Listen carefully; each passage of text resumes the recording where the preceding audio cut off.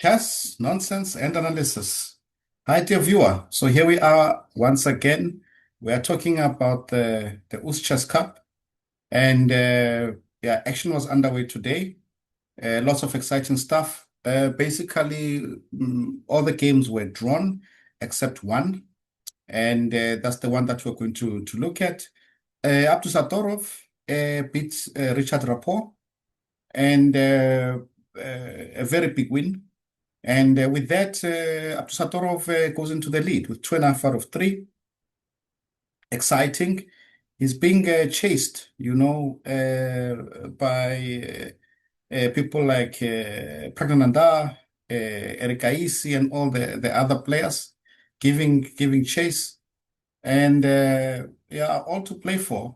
And if you look at this tournament, though, truth be told, you have the feeling that it's basically almost a tournament of future world champions. Let's put it that way. You get the feeling that this is the cream of the crop when it comes to the next guys who are going to play for the world championship. Should we say against Gukesh, right? So if you're thinking about who's going to challenge Gukesh, it's coming from this group. I mean, we're talking about Abdusattorov, Pranananda, Erika Isi, yeah, these and then there are other players that are also can stake their claim, but I think these three are ahead, in terms of form and just everything else in general. So Abdusattorov is trying to stake his claim. The game today was really nice. Let's have a look. It had a lot of twists and turns. So it was a Sicilian, and you can always expect some very creative play whenever Richard Rapport is playing. So yeah, this setup, there could be the ever aggressive Queen E2 followed by long casting. This is the so-called Velimirovich attack, very, very aggressive. A6 plays bishop B3 and knight A5. So yeah, he wants to sidestep. This is one of the ways that black can try to sort of take the sting out of the Velimirovich. So F4 is a new try, and G4. This this setup has been played recently.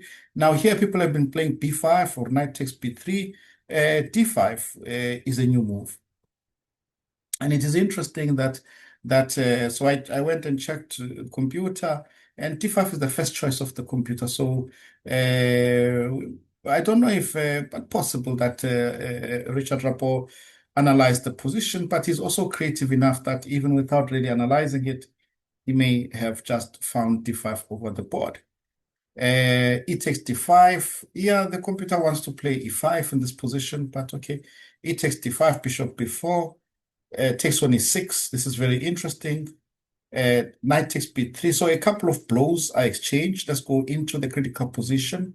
And white plays King F2. Now, in the game, Richard Rapport played bishop takes E6. Yes, but the computer wants to castle. And let's have a look. Castling rook E1 is a logical move to hide the king. And then this is the position that the computer is saying maybe black should go for this position. And indeed, if black can get this position, dear viewer, then I would take black in this position because white's king definitely looks the more the weaker of the two. And we have queen and knight on the board. And if black can just find a way to set up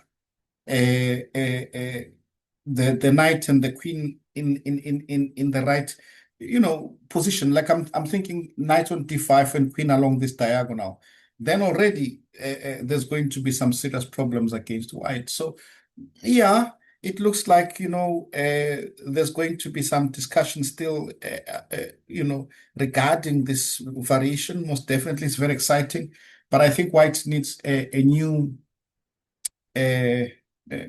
something new, yeah. to find something new. But okay, during the game, bishop takes e6 was played. Now there's a big difference here, and it is in this position, king f3. It is possible that Richard Rapport underestimated this king f3 because it's such an unusual way to play. But the point of this king f3 is such that it takes away the possibility to castle. Because now I can play rook c2 as white, and the queen a3 is the only move that black would have. And now there's a bishop c5, no? And then I will grab the exchange, play rook e1, and although you've got knight, but with the two rooks, I can put my, if you put your knight, let's say you move your queen, I take the rook, play rook e1. If you play knight d5, I will play some rook e4. I'm just making an example. That is going to be very difficult to get to that king because, the two rooks can kind of defend, but they can also play on the rank, on the file and the rank. So imagine I put this rook I put on e4, my king on g3. I think Dan white is definitely better. So hence he does not castle, and now queen c2 is played, and we reach this position. This is an interesting position because now it is clear that white has got the better position because the bishop is better than the knight when there are pawns on both sides of the board. That is the first thing. The second thing is that the pawn on e6 is weak. Black's pawn on e6 is isolated and weak, and white is going to put a lot of pressure on this pawn. And generally, if black cannot drum up some play against the king, then the bishop is going to be superior to the knight. So I prefer white here. Knight d5 is played. The technique is brilliant by Abdusattorov. He plays rook e1 first, looking at e6, and then he plays h4, stopping g5. Rook c8, he has no problems exchanging. Now the bishop goes to d4, e6 is under attack. And from here on, he plays very, very accurately. And I was very impressed with his technique here. Brilliant technique. Let's have a look how he converts this. So rook f5 is threatening to push f5.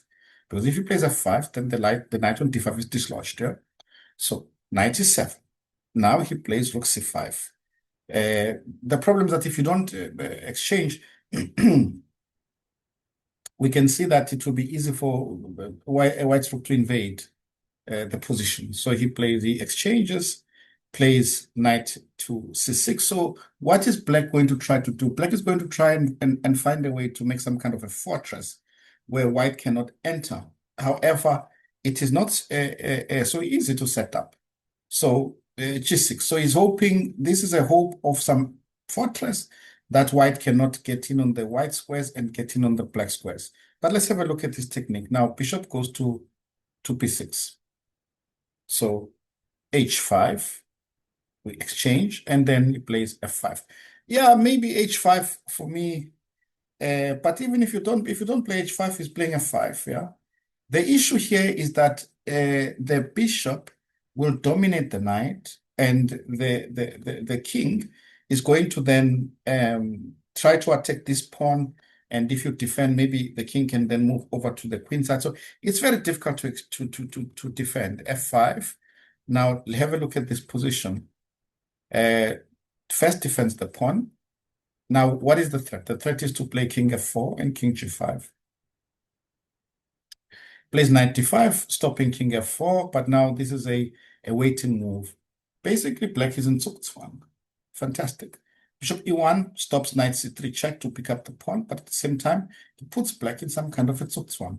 Well, Zugzwang involving these two pieces. If the king moves, let's say to d6, I can play king f5.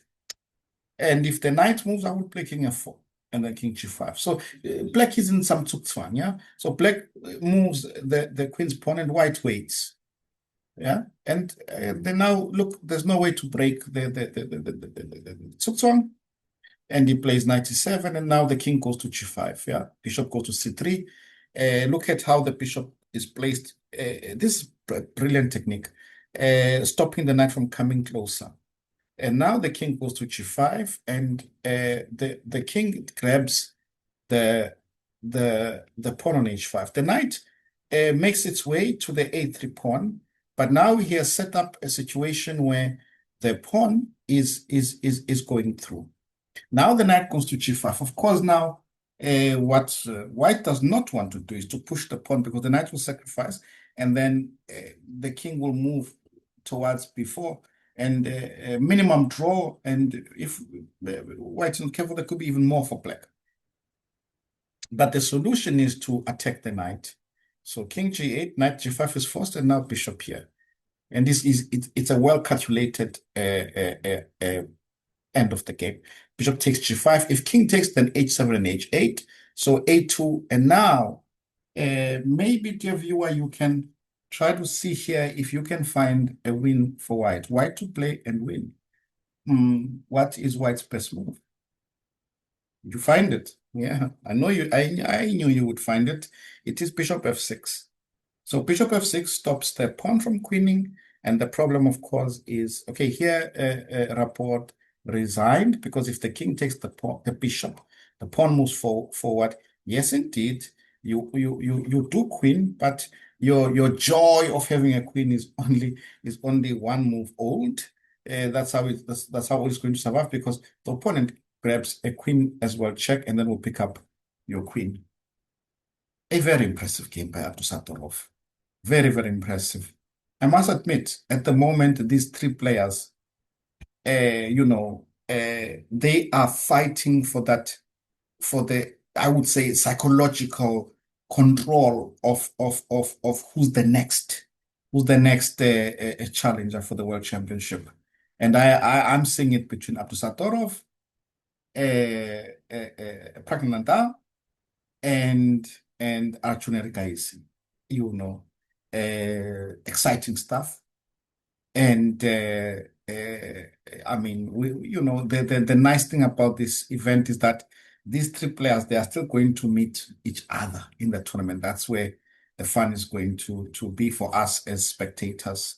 I hope you enjoyed this, dear viewer. It is really exciting for anyone who loves chess and wants to see what is going to happen in the future, because I think the top players now, they have on numerous occasions said that they are no longer maybe too interested to continue fighting for the world title. That means number one, who's Magnus Carlsen, is no longer interested in classical chess, and number two is Nakamura is also not too interested. They've done it before, and they feel that it is a lot of energy that one needs to put in. But these guys, they want their place in the sun. They have not yet played for the World Championship, and they're hungry, and we love it. I love what I'm seeing. So yes, so please do like, share,